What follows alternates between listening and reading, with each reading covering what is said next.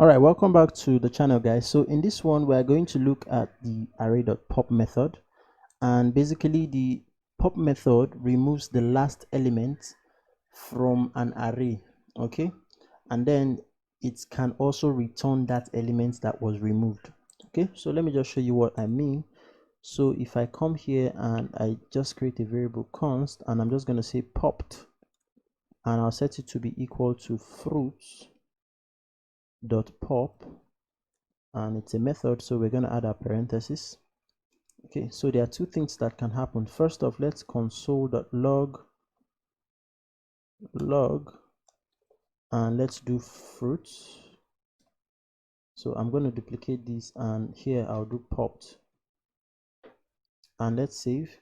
What do you think would happen? So let me just tell you. So this first one is going to return the array without the popped element. Okay, in this case the popped element is mango, and this second one is not going to return the array length like in the on shift method.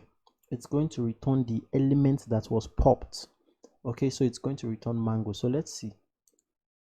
So you see here it returns banana, orange, and apple.